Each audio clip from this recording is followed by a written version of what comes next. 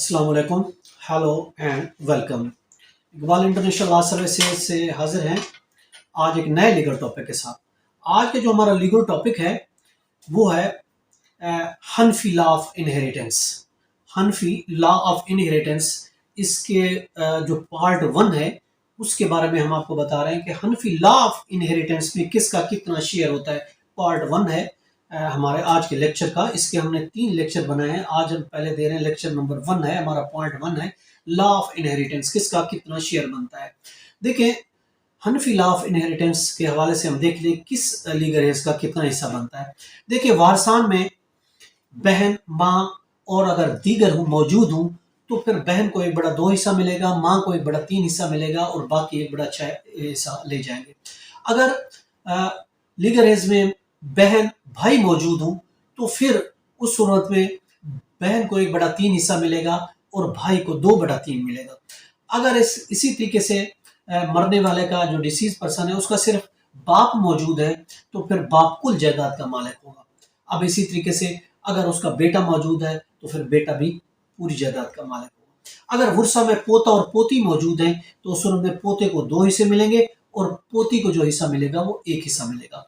इसी तरीके से वुरसा में अगर एक पोता मौजूद है तो पोता कुल जायदाद का मालिक होगा। इसी तरीके अगर वुरसा में बहनें और दीगर वुरसा मौजूद है तो बहनों का 2 बटा 3 हिस्सा मिलेगा और बाकी को 1 बटा 3 हिस्सा मिलेगा। इसी तरीके से अगर पोतियां मौजूद हैं तो फिर पोतियों को 2 बटा 3 हिस्सा मिलेगा।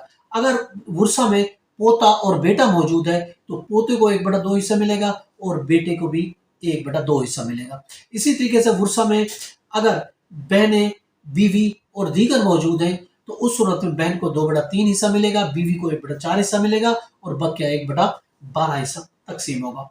अब अगर बेवा मौजूद है वुरसा में और बेटियां दीगर मौजूद हैं तो बीवी को 1 बटा 8 हिस्सा मिलेगा, बेटी को 2 बटा 3 हिस्सा मिलेगा और बकिया को 5 बटा 24 हिस्सा मिलेगा। अब अगर वुरसा में बहन महरूम और बेटे का बेटा भी यानी पोता मौजूद है तो फिर बेटे का बेटा या पोता जिसको कहते हैं वो कुल जायदाद का मालिक होगा। और इसी तरह वुरसा में बहनें हैं और बेटियां मौजूद हैं तो उस सूरत में बहनों को 1 बटा 3 हिस्सा मिलेगा और बेटियों को 2 बटा 3 हिस्सा मिलेगा। अगर वुरसा में सिर्फ बेटा मौजूद है तो जैसा मैंने बताया वो कुल जायदाद का मालिक होगा। इसी तरीके से वुरसा में अगर एक पोती, बेटियां और दीगर वुरसा मौजूद हैं तो उस सूरत में पोती को 1 बटा 6 हिस्सा मिलेगा, बेटियां जो 2 बटा 3 हिस्सा ले जाएंगी और दीगर को 1 बटा 6 हिस्सा मिलेगा। इसी तरीके से अगर 2 या 2 से ज्यादा पोतियां और बेटियां मौजूद हैं मरने वाले की तो फिर उस सूरत में पोतियों को 1 बटा 3 हिस्सा मिलेगा और बेटियों को 2 बटा 3 हिस्सा मिलेगा। इसी तरीके से वुरसा में अगर एक पोती और एक बेटी मौजूद है तो उस सूरत में पोती को 1 बटा 6 हिस्सा मिलेगा और बेटी को 1 बटा 2 हिस्सा मिलेगा। इसी तरह वुरसा में अगर एक चचा और बहनें मौजूद हैं तो उस सूरत में चचा को 1 बटा 3 हिस्सा मिलेगा और बहनों को 2 बटा 3 हिस्सा मिलेगा। ये था हमारा आज का पार्ट 1 लीगल जो इनहेरिटेंस हनफी लॉ के तहत हिस्सा। इसके साथ इजाजत दें। Have a nice day. Allah Hafiz.